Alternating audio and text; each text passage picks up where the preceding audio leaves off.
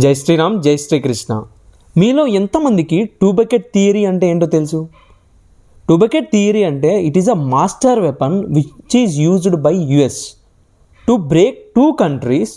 రెండు కంట్రీస్ని బ్రేక్ చేసి ఆ కంట్రీస్ నుంచి ఒక సోర్స్ ఆఫ్ ఇన్కమ్ని జనరేట్ చేసుకోవడం, అది కూడా విత్ ద బ్లడ్ షేడ్.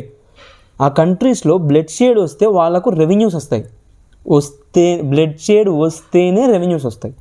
అలా తయారు చేసుకున్న మాస్టర్ వెపనే that is two bucket theory.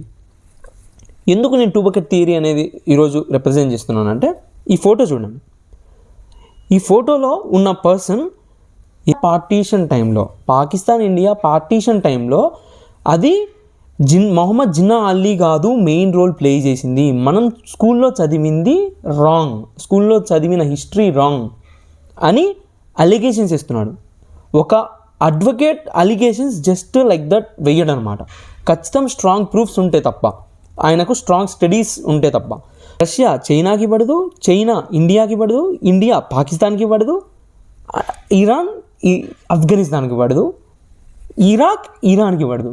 అంటే పక్కనున్నోడు మంచోడు కాదు, నీ పక్కనోడు ఒక దొంగ, వాడిని కొట్టాలా ఎట్లయినా అని చెప్పేసి అమెరికానే చెప్తుంది. నీకు గన్స్ అండ్ వెపన్స్ అమెరికానే ప్రొడ్యూస్ చేసి పంపిస్తుంది. ఎలా ఇది టూ బకెట్స్ థియరీలో వాళ్ళు రెవెన్యూస్ జనరేట్ చేసుకుంటారనేది ఎక్స్ప్లెయిన్ చేస్తాం. ఎలా అంటే, for suppose example Pakistan India తీసుకున్నాం. ఇండియాకి ఏం చేస్తుంది?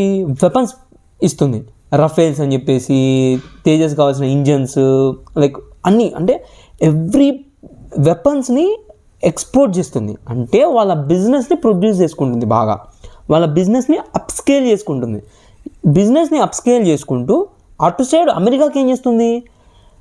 వరల్డ్ బ్యాంక్ నుంచి డిఫరెంట్ ఆర్గనైజేషన్స్ నుంచి ఫ్రీ మనీ ప్రొడ్యూస్ చేస్తాను లోన్స్లో.